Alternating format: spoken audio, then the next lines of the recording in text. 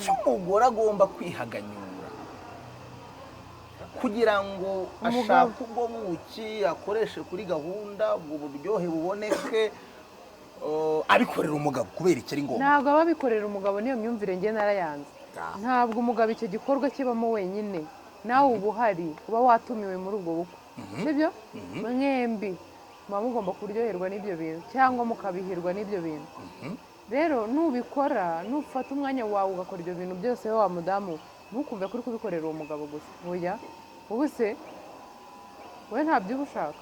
Yabikoze muri ubwo buryo Ketchup arimo kugaragaza ibiryo umuntu yafata bikamugabanyiriza ibiro. Ikintu cyitwa ibiro ni kimwe mu bibazo bikomeye cyane abanyafurika dufite. Si abanyafurika gusa, kimwe muntu dufite bitewe n'ibyo turya umunsi ku wundi, aho isi tuganisha icyo idutegeka kuba twafungura.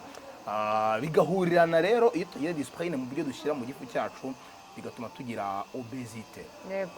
Mu buryo tutabitekerezaga twebwe tutabishaka mu buryo bwacu. Umuntu udafite O positive ni iki yarya kugira ngo agabanye ibiro? Ni iki cyiza kuri we, ni iki kitari cyiza kuri we mugere mu gihe wo kugabanya ibiro? Urabirya ikaza yigakuramo ibintu bitari iby'ingenzi. Amazi na teveri ku muntu ukora siporo aba bikeneye, hakiyongeramo na karafu. Karafu ushobora kuyishyiramo cyangwa unayishyiremo, ntacyo bitwaye. Umuntu atareba buriya ukoherezaho ibintu byose ubonye ntabwo ari sawa. Buriya tureke na hariya no mu nda, no mu nda n'ubu uhareba, ariko ubonye ibintu byawe byose upfuye gusukayo, mu nda haragukoroza.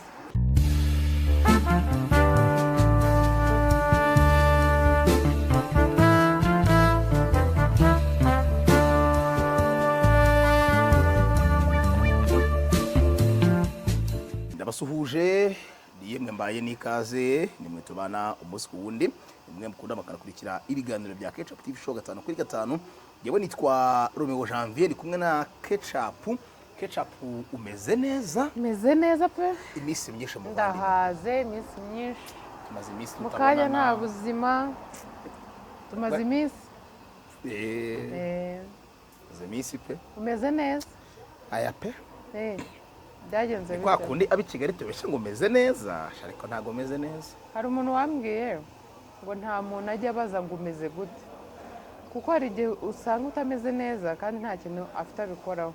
Rero akirinda kuba yaba nk'uwakumviye ubusa cyangwa kuba yabikubaza ukabimubwira gusa nyine akabitwara mu mutwe we. Ariko nyine mu bintu yakubaza byose ntashaka kukubaza ngo umeze gute. Nubwo abari bibi buriya iyo uzi ukuntu umuntu ameze bigufasha kuganira nawe bitewe na mudu arimo, ukavuga ati namuganiza ukuntu uko bitewe no kukuntu ameze gutya na gutya. Ngiri icyo kintu gituma mbikunda cyane. Kuri Ketchup TV Show muraho neza? Turaho, turashima Imana. Ibiro birimo biratakara? Byaratakaye, byarashize. Ubwiza burimo buraza? Sorry. Byibura bwarimwe mu buzima. Mba nabayiseri. Ibiro biri gutakara, ibiro byaratakaye, niho twari tugeze. Yego, abagore bari kuba beza? Abagore bari kuba beza, abagore bari kumenya utuntu tw'ubwenge, ibintu byinshi. Twa tuntu ukoresha y'igipfuko ugashyiramo tungurusumu n'ibiki, umwuka ukaba mwiza, umwuka warabonetse ku bantu mwiza. Nabonye abenshi bari kunsobanuza ikiganiro cy'ejo nabaye nk'ubivugaho. Hari n'abantu bari kumbaza ngo tungurusumu ni intuka, ngo iki tungurusumu ivanze na tangawizi ntabwo inuka. Ikindi ntabwo ubishyira muri wowe mo imbere, ubyambara kuri kariya kantu nk'uko wakambara protege cyangwa padi, ntabwo ujya kubishyiramo imbere. Oya, byambara igihe kingana gute? Byaterwa n'umwanya wowe ufite. Ushobora kuba ufite nk'iminota 20 mu rugo ukabyambara. Ntabwo wabirarana? Oya, ntabwo ari ngombwa. Hari igihe usanga uruhu rw'umuntu rwiyenze, rero si byiza kujya kubitinzaho ugeraho ujya kubirarana, amasaha aba ari menshi, ntabwo byaba ari sawa. Ikintu navuze kijya imbere ni igitinde, ni isogi n'ubuki. Isogi nta muntu utayizi, iri natirere, nta kintu yagutwara. Ubuki turabukoresha, abenshi turanabwisiga aho ngaho. Ugiye ntigaruke? Oya, erega si mpaka ngo ujyane nawe iyo bwabaga. Isogi igiye ntigaruke? Waba wayigejeje kure kandi ari hano hafi ntabwo ikora kubera ko yageze kure hano hafi kandi ubaye wifite n'impungenge ushobora gushyira hano hafi uryamye ugahita wongera ugakuramo iminota nk'ingahe wenda nk'iminota 10 cyangwa 5 wambabariye cyangwa wenda iminota 10 tete nk'umusazi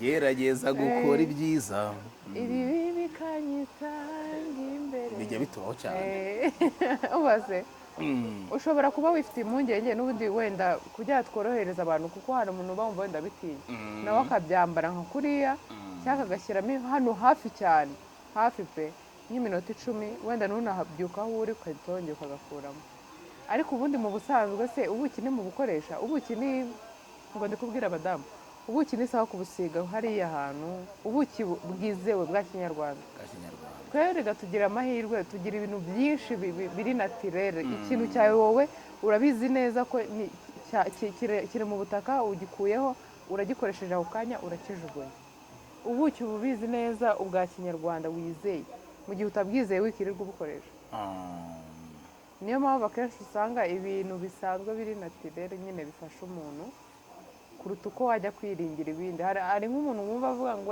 ngo umuganga ngo iki abaganga ni abahanga baba barabyize ariko se ukeka ko igihe yigiye ubwo yerekeye aho gusomana ubuzima bwe bwose uba usanga akiga yego kuko kwiga ntabwo birangira hari n'indwara nshyashya zigenda ziza rero ushobora no kuba ufite n'umuganga w'inshuti yawe wakubwiza ukuri akakubwira ati gikoresha iki kintu urugero kugira wenda hari nk'abadamu usanga igihe cyose ahora arwaye ama infection igihe kinini hari abantu kubera gukoresha onapo hari abo zitera ibyo bintu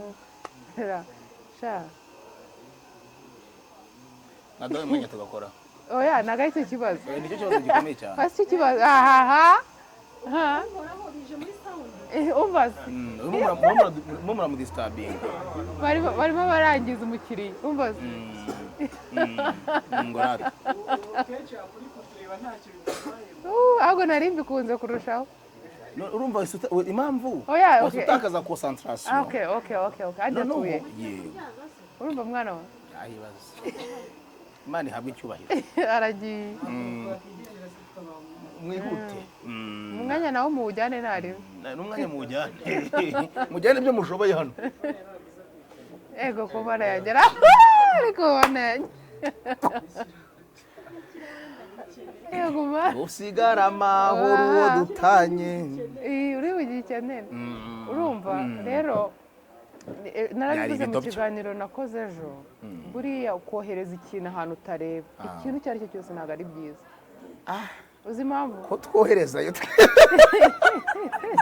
turohereza ariko romeo uri iki cucu mwana yanjye Imana imbabarira we romeo reka nkubwire impamvu uvuze gutya ndumva yaravuze ngo ahantu sida iba ngo ni kure iba kure baramaje se iyo wowe ugiye muri gahunda ubigenza ute arabanza barakoherezaho ngo maneko iyo maneko ayohereza ese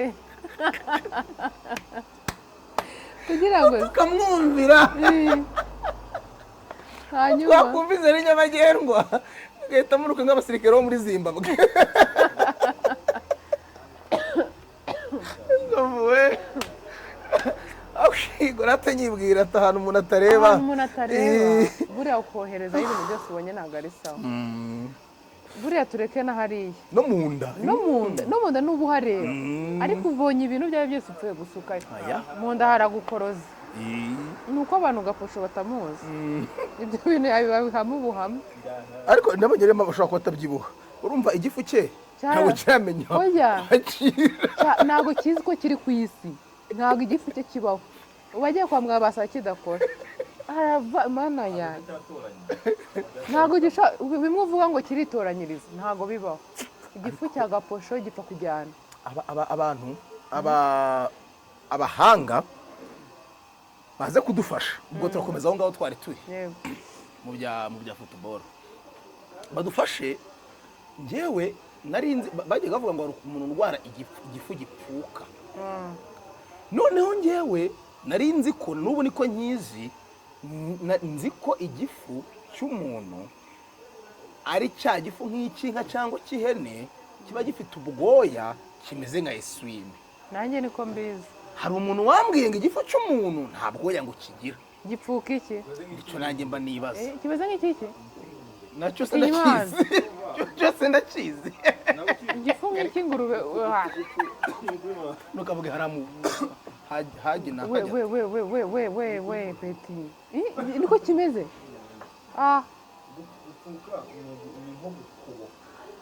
hakaza y'ibise.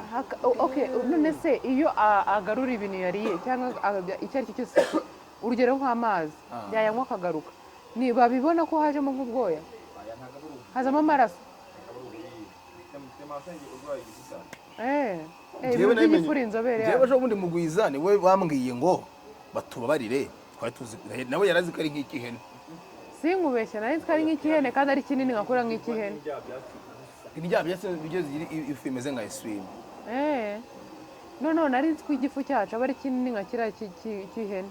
Urabizi basukamo amazi ijerekani kuzura yuzuye.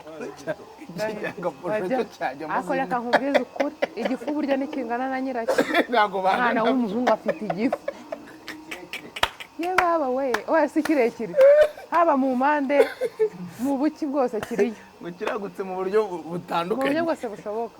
Rero abantu, njye narabivuze, ninkubwira umuti, ninkubwira ibintu runaka, nuko ibyo bintu mba mbikoresha. Nshobora kubikoresha bikangwa neza, wenda wowe bikagira ukundi kuntu bitagenda neza, ariko iyo ugiye gukoresha ikintu nawe uba wiyizi. Nibyo navuze, abantu bafite uburwayi busanzwe buhoraho, unifashishije urugero diyabete, kanseri, indwara zidakira ziba zifite imiti unywa ya buri munsi. Si byiza kuba ufata iyo miti ukajya kongeramo ibindi bintu muganga wawe ataguhaye. Ushaka kumva ibintu ndi kuvuga ukumva wabikoresha ukakugira umumaro, ariko ni byiza kubaza muganga wawe nyuma y'imiti ufata ko n'ibyo bintu wabyongeraho kugira ngo ubuzima bwawe bugende neza. Ariko mu gihe uzi ko nta bundi burwayi, nanjye nabikoresheje atari uko ngo nagiye ngo kugira ibintu biri natirere, birafasha cyane. Nose abantu ba kera ko bakoreshaga imiti kandi bagakira. Nashishyushye ngapfa nashigashyushye. Urumva abantu ba kera bajyaga bapfa kujya kwa muganga, si ibintu bisanzwe byabafashaga. Nibyo rero nuko nyine ubu ngubu ubuzima bwarahindutse, tusigaye turya ibintu byinshi bikatugwa nabi, bigatuma abantu bakunze kujya kwa muganga. Ariko ubundi wasangaga abakecuru bakoresha iyi miti iri aho ngaho bikoreye mu bihuru. Abantu bita ngo ni ya gakondo, ariko tuyita ibimera. Ni imiti ikozwe mu bimera. N'ubundi n'iyi ngiyi tunywerega iva mu bimera. Nuko ahubwo yo ishobora kuba yongeyemo ibindi bintu, shyira mu nganda bagashyira mu kugira ngo bitazapfa vuba. Yego, njye kiriya kintu ndagitinya, cy'ibintu umuntu ajya gushyira mu kintu kugira kizamare byibura umwaka kikiri kizima. Ni nk'ukuntu utinya mayoneze. Mayoneze irakaceza, nubwo njya nyirya, ariko nyirya mbizi ko ibintu ari danje. Icyo kiganiro wakoze ubushize uri kuvugamo izo tungurusumu n'ibindi bigiye bitandukanye, ugakoresha agapfuko ko kwa muganga, ukarambikaho hakavamo umwuka utari mwiza, hagahorana umwuka uri netre, hadahumura neza. Urakoze cyane, hatanahumura nabi. Byari ku nyungu mbere na mbere z'isuku ku myanya y'ibanga y'igitsina gore. Ibya kabiri by'ubuki ndimo kumvamo akantu katari isuku gusa, ahubwo hari imimerere myiza. Ubundi kera buki bundi kubona kera wari umuhanga. Ntago byabura.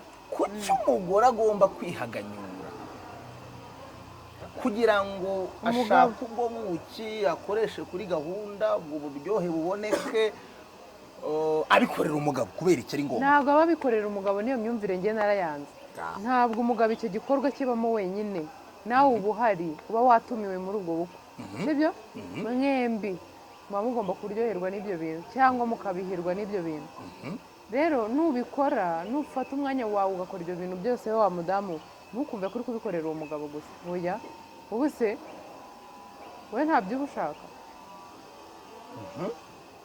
Rero mu gihe icyo gikorwa ari cy'abantu babiri, wenda tw'abadamu nitwe tuba twabishyizemo imbaraga nyinshi cyane, abagabo ntabwo ibyo bakunze kubijyamo. Ariko kandi n'abagabo bafite sitafu zabo Eh, zirahari pe, bazajye kwa nuza bafashe muri saniroti babafashe. N'abagabo izabo zirahari, zituma ibintu bigenda neza. iyo Sunroot rero ni hamwe mu hantu hafasha abantu kugubwa neza cyane, by'umwihariko bafite indwara donc bagira icyayi kigabanya ibiro mu buryo bwihuse ku rwego ruteye ubwoba, rushimishije, ngo ruteye ubwoba bahita bikanga, bakagira ibirungo by'ubwiza. hano umuntu akubwira ngo nufata igikakarubamba ukagifata ukagisekura ukakivanga n'ibibabi by'ipapayi, ibyo biheri byawe ni iminota 2. kimwe uzwi igikakarubamba na vaseline, iki gikotori cyanditseho vaseline, iyo ubifashe ukabivanga ugafata ku ibere hano ukarifatira hano nyine aho rigomba kuba riri, ukajya umasa uzamura umanura hano n'aha gutya uko ibere rigomba kuba riteye, ukabikora buri munsi ngo riracika rirazamuka rikagaruka rirahagarara. Riraryari nini nakubwiraga ariko bigutwara umwaka nk'iryo we n'imyaka rero ntabwo ryagarara, warikura ku birenge ukarizamuka. ni kuri kuri nagahana inyuma cyangwa ry'icyenyeza. ariko reka nkubwize ukuri, ni ukuri icyo kintu mbabwiye kirakora. kandi abantu mwotsa abana mujye mwotsa ujye umuzamura gutya, ntagakurure we ari we ntukuname ngo ujye kumera gutya ujya, kuko bituma rimanuka cyane. ariko iyo umwana ushaka gukoresha umusego ugashyira hano ukamuhagatira, niko tubyita guhagatira. Yego neza twari bimwe bashyira hano ku ruhande, oya umwana acigatirwa gutya akanahagatira. aha nuko cyangwa kumucigatira niho gutya wamugani gutya, nyange twari bimwe bya hano ku ruhande, aba yagucobetseho amaguru yombi, wamuteruye nk'akazigo. uyifashe gutya hano ugashyiraho umusego nawe birakorohereza hano mu bitugu, umwana ibere akarisanga hejuru akonka neza, ntabwo rituma rimanuka cyane. mbabwiye akantu k'ubwenge. ariko ikibazo hari abana baba bararakaye, hari abana bonka ibere rimwe babyita konka umugenda, akaba ari nk'aho ari ariraha.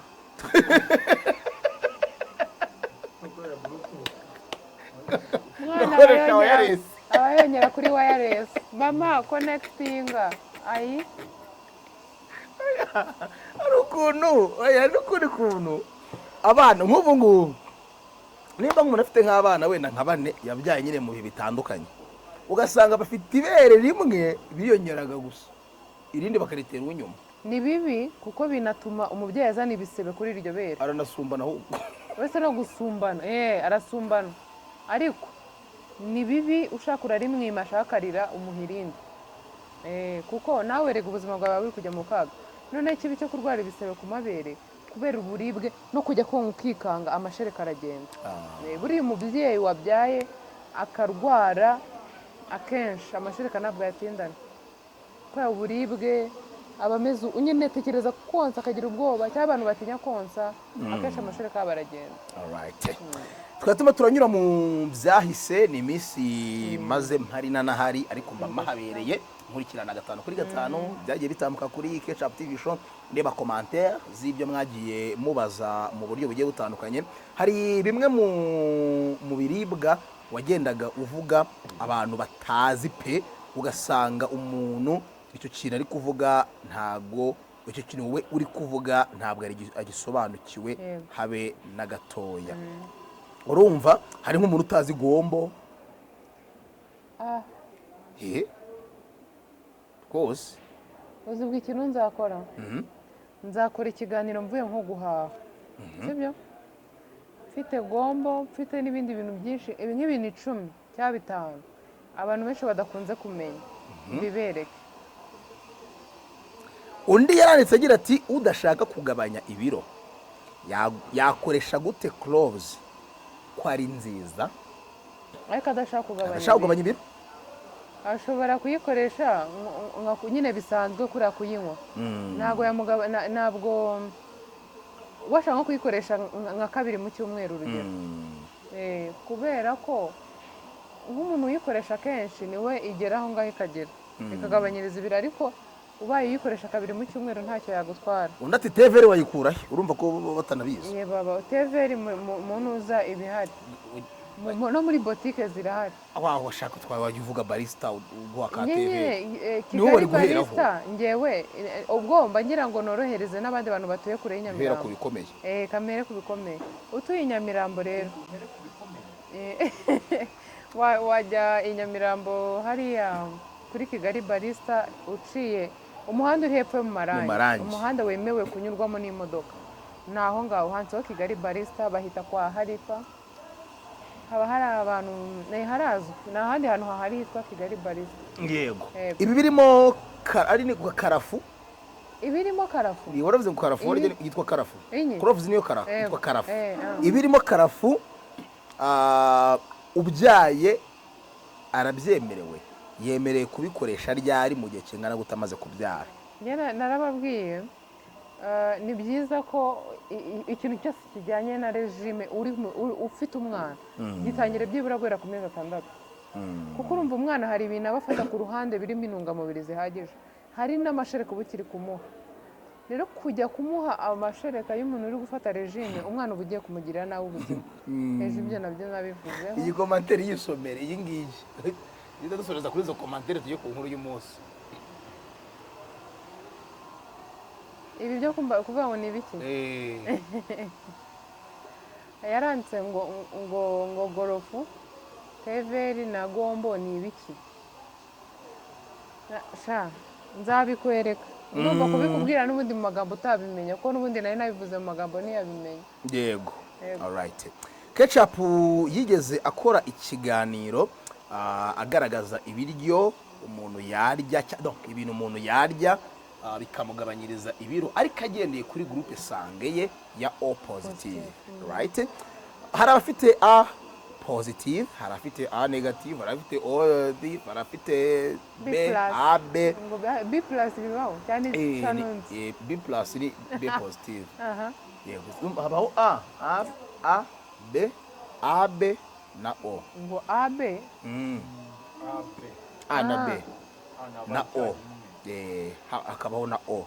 Hari umuntu wabajije ngo hari umuntu wabajije ngo yabajije ngo ufite ubwoko bw'amaraso niba ariko ni ukwirinda gusambana tugafata neza ubuzima bwacu tugakoresha n'agakingirizo ni ubwoko bw'amaraso uzi nabyibagiwe ni ubwoko bw'amaraso uzi kwirinda gusambana kubw'impamvu z'umutekano kanegere hano. Yego niba atakwiteho yiteho nicyo nkundira abantu. Yego yabikoze muri ubwo buryo Ketchup arimo kugaragaza ibiryo umuntu yafata bikamugabanyiriza ibiro. Ikintu cyitwa ibiro ni kimwe mu bibazo bikomeye cyane abanyafurika dufite. Si abanyafurika gusa ikemwa muntu dufite bitewe n'ibyo turya umunsi ku wundi. Aho isi tuganisha icyo idutegeka kuba twafungura bigahurirana rero iyo tugira discipline mu buryo dushyira mu gifu cyacu bigatuma tugira obesite. Yego. Mu buryo tutabitekerezaga twebwe tutabishaka mu buryo bwacu. Umuntu udafite O positive ni iki yarya kugira ngo agabanye ibiro? Ni iki cyiza kuri we?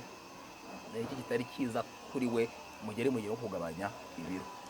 Twagiye ariko mbere yuko ngenda katwanze dutange nimero abantu bashaka ibintu ngiye kubabwira ibiryo umuntu yakoresha ashaka kugabanya ibiro muri rusange utagendeye kuri groupe sange.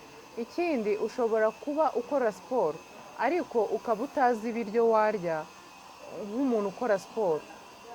Birashoboka cyane kuko hari nk'umuntu wambwiye ati ko nkora siporo njye n'ibyo bintu biki n'ibiki. Ibyo biryo rero n'umuntu ukora siporo yabikoresha bikamufasha nawe kuba iyo siporo akora yabasha no gutakaza ibiro ariko atanatakaje imbaraga. Yego. Abantu bakora siporo cyane buriya baba bakeneye n'imbaraga nyinshi cyane.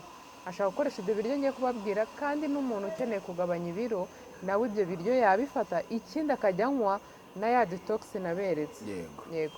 Ariko mbere y'uko nanga mbibabwira reka nange nimero yo muri Sunlut nabo bafite icyayi nabo kigabanya ibiro ku buryo bwihuse n'ibindi byinshi nababwiye umuntu adashaka kuba yavuga bitewe n'uko aba ari ibanga nyine tu ahubwo wabageraho bakakubwira mu buryo burambuye kuruta ibyo no kuri gahunda se z'iki n'iki iyo bitagenda binyororotse hari ukuntu babinyorosha uba bazi kunyorosha ibintu noneho haba ku mugabo no ku mugore nta mpamvu yo kuvuga ngo harajyayo runaka ushobora no kuhaca ni hariya hafi Nyamirambo mu Nyakabanda ukatahanira umugore wawe akagifuti ka gahunda. hari ukuntu imodoka igenda ikajya gasazamo gakeya Cyangwa ku se buryo ahantu ikoresha hatera vitensi n'izamuka. ebyiri nicyo nanjye nibazaga Nibyo. iyo vitensi ijyamo bigoranye hari ukuntu baguha amavuta ya Baragufasha. moteri Ehe. bakakogereza moteri bakora vidanje neza. Voilà.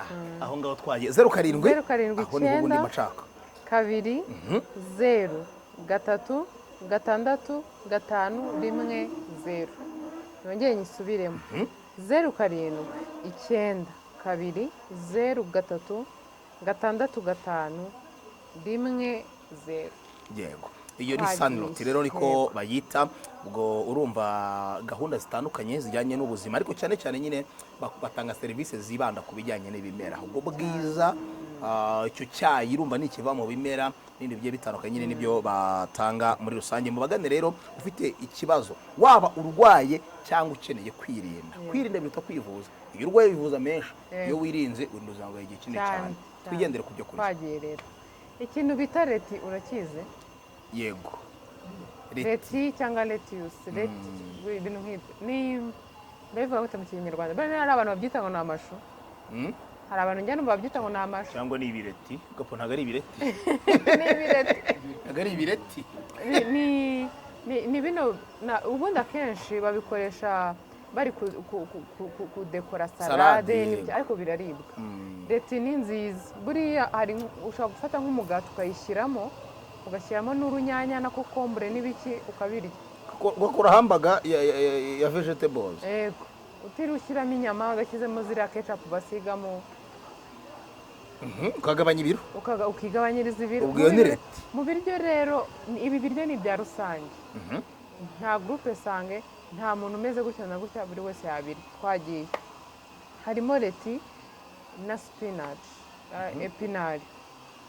epinari nizo spinach ibyo bintu birafasha epinari murabizi none ni ibindi bintu abantu mudakunda dodo ushobora gukoresha epinari ziranoroha mu buryo bwo guteka nazikundaga ariko ubwo nzivuyeho kubera kuba zigabanya ibiro oya nagara kuvuga ngo zigabanya ibiro utupuro uzi ukuntu twamvunnye nari meze nka wa muhungu duhora duhura noruveje muze aburiya nawe ameze nk'uruvu urumva hari inkoko umuceri ifi ariko umuceri ni umuceri wa brown rose ntabwo uryo nta cyangwa ugira ariko uriya muceri ku muntu ukora siporo cyangwa uri muri gahunda yo gutakaza ibiro niyo waba udakora siporo wabikoresha uriya muceri wa brown urakora ariko muntu we utawuzi nunawugura ntuzawujugunye nta cyangwa ugira hari nukumiriraho ntugupfa gusuka ni bunguri ndabizi hari uwo muceri hari polici ntabwo ibyibushya igahenda ite nurusha isigaye ihenda irahenda ntibyibushya polici nayuzi oya ni ibiboro igikoma se wowe uzi igikoma none iyo yindi rero ukuntu imeze reba mu cyongereza niba yita nimba ari oat reba amagaragamba y'inkoko y'ifi y'inkoko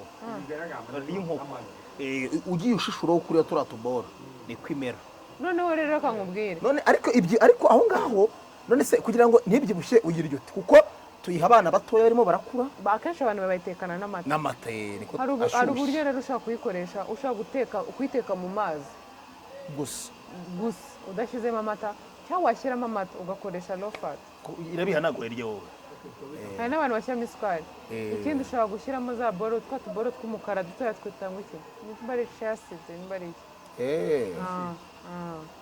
ukanashyiramo na strawberry ukabirya biba biryoshye byataye biryoshye inoza nyine inkeri strawberry inkeri urumva ushobora inuze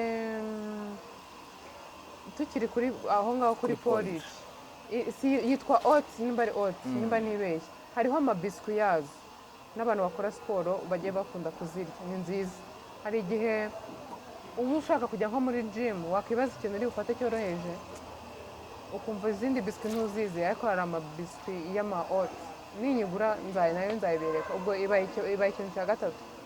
Hari brokoli, kokombure, shufureri. Yego ibyo ni byo sinyana na biryo ariko abantu benshi nuza barayanga brokoli. njye nabimenye ari umuhungu wanjye ubimbwiye.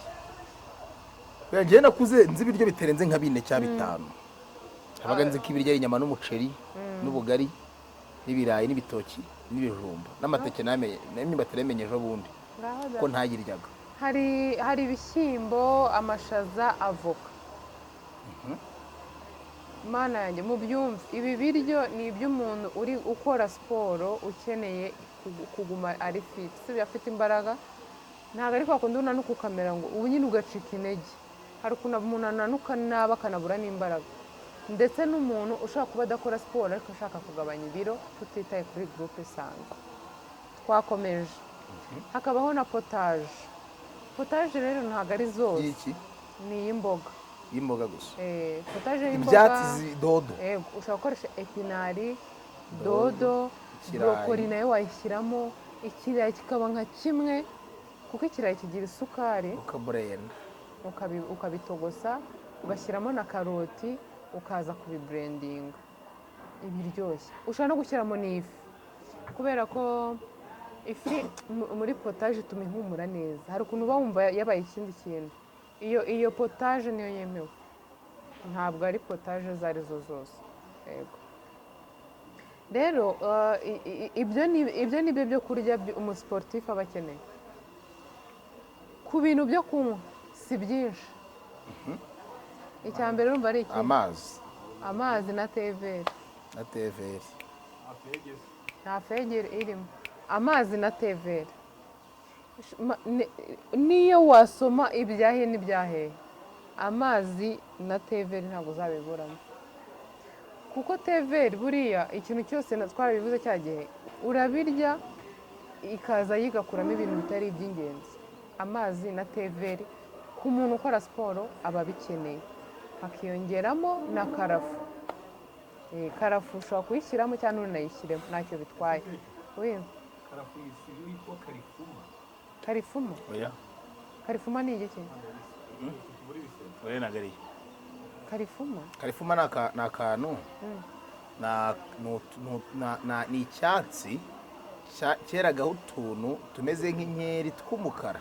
Twatangiraga ari ubururu noneho twumaga twashaka twabaga umukara. Wagafunga kaba karimo bajya baduhekenya kakaba kamo ifu y'umweru. Wazishaka kugisebera rero kigahita cyuma. Ako ntabwo nkazi. Rero umuntu ashobora kwibaza uburyo bino bintu ashobora kubifatamo. Hari ushobora kubyumva ariko akumva biramucanze nyine akibaza ukuntu yabihuza. Hari uburyo rero ubu naraye ndi ku ishuri naraye niga nandika ukuntu ndi buze kubibakorera ku murongo. Kuko naje gusanga koko hari nk'igihe mbibabwira gutya ariko inyuma hakaza ibibazo byinshi bishobora gutuma atinda no gutangira kubikoresha kandi yari abikeneye. Rero mu gitondo bitewe n'igihe ubyukira wenda katubare se busangaye tukadufatire ku muntu ubyuka saa moya n'igice saa mbiri aba atangiye gufata ifunguro rya mu gitondo. Ushaka gufata hari ukuntu uteka amagi. Urabona ko kuri umuntu ateka amagi atayakubise ugahita ushyiraho ku ipanu. Ririya gi ni ryiza. Ni uko abantu bashobora kuba barishobora ari bake. Njyewe ndibona kuri video gusa. Ndahira ntabwo urarirya. Ndumva ntanarirya. Reka ngubwire hapfa wavutse. Uzaryiyahureho. Sibyo? Mbabara nidukora video yo guteka waje mu rugo. Uzaryiyahureho. Uzabikora. Uzabigerageze. Mwana hapfa wavutse humura. Ajyamo nakunyu. Hoya nakunyu. Chaka. Neza kuitugira gutya. Okay, kamwe. Gaposha zarirya humura. Oya kangwe ko tuzabigenza. Ari nabyo ngiye kuvuga hano. Sibyo? Urarifata ukariteka kuriye. Ugakora n'akavoka ku ruhande. Ushobora kuba ufite teveri cyangwa ikawa. Ariko pani ikawa zino za cappuccino ibiki zira zivanze n'amata. Kofi nyine. Yego. Ushaka kubifata iryo gi kugira rikuryohere. Black pepper suize. Yego. Ushaka kubifata ukashyiraho gake. Oya ntabwo iba umukara. Black pepper igiramo akantu kameze nk'agasenda, sibyo? Iryoshye ibiryo. Hari abantu bazi ko bayirya itetse gusa ariko black pepper iraribwa ari mbisi umuntu atayitetse ubwo mu gitondo ushobora kuba wabifata gutyo iryo gi nk'abiri ugashyiraho agace ka avoka ugakoresha n'iyo kawa cyangwa tevere ushaka kudasomeza sibyo ko nta njyana pe ukabirya ugacishamo nk'iminota 2 ukarenzaho ako gakawa aho ngaho ni mu gitondo byagera wenda nka saa 4 kuko biba ari bike hari umuntu bitera inzara bitewe n'ingano y'ibintu afata iyo rero utaratangira gushyiramo amasaha menshi saa 4 ushobora gufata pome imwe cyangwa strawberry kimwe muri byo reka no tubwire umuntu ukorewe 300 ku kwezi kumanura hasi gute ugeze ku mushahara wa za miliyoni gute pome igura magana gahe 500 kwibona buri munsi ese ni ngombwa ngo ubwo se umushuro 5 ku kwezi oya aho ngaho kuri uwo muntu nawe uba ufata gutya ibiryo aba afite ukuntu abizi ko asanzwe abibona none se Rome kuva mu gitondo kugeza ubu ni hari igihe umuntu aba nta kintu yari iyi cyane hari ushobora gufata ayo magi mu gitondo ugasanga ibyo bya saa 4 ntubikeneye ugafata ibya saa 6 nta kintu bitwaye ahubwo rero ndi kuvuga kuri wa muntu uba ukunda kurya kenshi ku munsi utarakunda ko abigabanya ashobora gufata pome cyangwa strawberry nyine ariyo inkeri noneho bashaka kujyana n'itabi inkeri strawberry y'itabi bibaho ni udutabi dutoya duhumura cyane tinyimana ugeze ku rwego yarakize niyo mpamvu yamara amarinete ameze nk'aho aba ari gusudira umva nkubwiye twagiye saa 6 rero inkoko na salade ariko inkoko itetse muri olive oil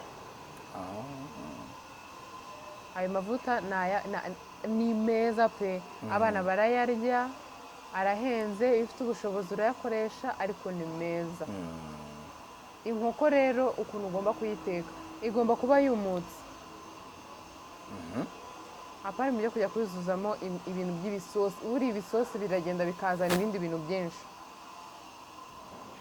ni ukuyiteka yumutse ugashyiraho n'imboga imboga ni ingenzi muri za mboga nagiye mvuga hirya brokoli na shufurere ushobora no kongeramo agakorojete ukabikubita akariro gakeya ntibishye cyane kuko nabwo biryoha ubundi ukirira saa 6 ibyo biryo uriye ntabwo uba uri ibiryo bizima umubiri wawe uba ufashe ibiryo bitatuma ababyita gute hariya nyavuye ikinyarwanda kibi uzungera ngo wumve wacitse intege oya ariko we uzi ko nibagiwe ako amagi nayavuze wavuze rya rindi nyine kwa kundi turimena kwa usibye yuko ushobora no kurirya ritogosheje ahubwo aho ngaho ntacyo bitwaye buriya hari abantu bishyizemo ko ngo amagi abyibushye akubyibushya bitewe n'uburyo yariye ariko ubundi amagi arimo poroteyine habyibushye umureti amagi ni meza iby'amagi ndabisubiraho mu kanya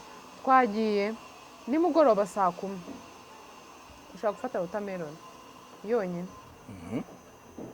ushobora gufata watermelon ukayirya pe ukumva uko ubaye kuko buriya ifite ukuntu imara inyota kaba karyoshye uyirya watermelon ndayirya yego watermelon rero nayo ni sawa nk'izo saa 10 ubaye wumva umerewe nabi wayifata ninjoro rero wenda nka saa 2 ushobora guteka ifi urumva yumutse ushaka wanashyiraho na wa muceri w'umuhondo wa muceri wa brown warangiza ugakora n'utuboga ku ruhande muri za mboga navuze ushaka gukoresha pinari ushaka gukoresha izo brokoli n'ubundi nyine wowe ugenda uhindura bitewe urwo ni urugero ngewe nakoze rwo kugira ngo wenda umuntu yumve ukuntu abijyanisha ariko ibyo biryo uba uriye neza kandi uba uriye ibiryo birimo ikintu cyagutera imbaraga rero ibyo biryo byagutera kime ubu yabira mu kanya urumva iyi ni iphone nayo oya ni oppo urumva biba ari ibiryo byiza muri uwo mwanya navuze wo gufatamo watermelon cyangwa pome ufite ya biscuit nababwiye nayo ushobora gufataho akantu kamwe ukayirya ibi nahenze nta nubwo watinyuka kurya nyinshi ngo uzabivemo. Ubundi hari ibintu ubu konsoma ku munsi wabona amafaranga biguhagaze bikagushyira kuri disipurine. Hari indi regime nigize kubona ariko natinye kuyigerageza, yari iyo kurya amagi 9 ku munsi. kandi tubwira ngo umuntu agomba kurya amagi 2 mu cyumweru. Mu cyumweru cyangwa ku munsi? Amagi 2 ku cyumweru ndumva. Narayitinye kubera iki? Wagombaga kurya amagi 3 mu gitondo, 3 saa sita, 3 nijoro. Kandi ari na kunywa unanywa tevere. Niba ubiriye mu minota mike urenzeho tevere, intambara bari kura mu nda wayikiza. Oya nta ntambara yaberamo. Roketo azagire kurira abantu. Yagiye biteye ubwoba. Nabarakoze. Ikindi kintu kitari cyiza ku muntu uri kugabanya ibiro, kwantirimo. Ko ngiye nari iwacu inzara yamfatemo. Oya ngiye inzara yamfatemo. Yego. Nabuswongera ariko ibyo bintu mu byumve, amagi ni meza, ntabwo abyibushya, biterwa no kunywa yariye. Yego. Wigeze tubwira ngo ibyo nibyo umuntu akora atagendeye kuri groupe sange cyangwa se ubwoko bw'amaraso ye. Noneho umenya ubwoko bw'amaraso ye ni ibihe yakoresha kugira ngo agabanye ibyo biro mu buryo bwihuse, cyangwa byose bitwara igihe kingana? Ibya groupe sange birihuta. Kuko biba bihura nawe wowe. Ikindi groupe sange bisaba nawe ubyubahiriza. Ibya groupe sange birimo utuntu twinshi cyane, bisaba kubyubahiriza ku rwego utakwiyumvisha. Rero nigize kuvugaho ibya O positive kuko nanjye niyo mfite ni nabyo nzi. Navuze ko ibintu ntazi najya mbivugaho. Iby'izindi groupe sange ntabyo nzi. Abo biratureba. Murebe ukuntu mubigenza. Ntabwo ibindi mbizi bya O positive umuntu uri byifuze arebe mu biganiro byanjye byatambutse arabibonamo. Nize kubivugaho ibyinshi ni ibijumba, ibishyimbo, isambaza, ubugari, ntago tujya tubyibuha. inkoko, ifi, nta nyama z'umutuku ziba zirimo n'ibijumba. Okay. Kuki tugomba kugabanya ibiro keca? Buriya kubyibuha cyane ntabwo ari byiza, bitewe n'uko impamvu mbizi birangira bibaye bibi. Bitarangiye bigakomeza, hari igihe biba bizarangira bikaba bibi. Akenshi bikurura uburwayi, kubyibuha cyane bikurura uburwayi. Kandi hari ibiro umuntu ageramo kubigabanya bikaba ikibazo. Iyo watangiye kujya mu mibare 3 kaba kabaye. Oya ni 100 biba bigoye rero. So nibyo rero twe twabateguriye uyu munsi. Murabeho, mwakoze kudukurikira. Romeo wakoze kuza mu kiganiro. Ndagushimira nawe Ketchup. Imana iguhe umugisha. Ibiro tugiye kubigabanya. Kandi mu bantu mbwira nawe urimo. Nta biro mfite. Abashaka kubyongera ikiganiro cyo kubyongera. Abashaka kubyongera twaragikoze, ariko ikibazo hari abantu babitakunda. Hari abantu bitashira ibiro. Hari abantu ibiro bitakwiyongera. Bitewe n'ibintu. Ubundi kugabanya ibiro no kubyongera ni discipline cyane. Mu gihe nta discipline ufite nk'agaposho biragoye. Haba kubyongera cyangwa kubigabanya. Alright. Gushimire cyane Ketchup, Imana ibane nawe. Amina, murakoze. Mwakoze kudukurikira.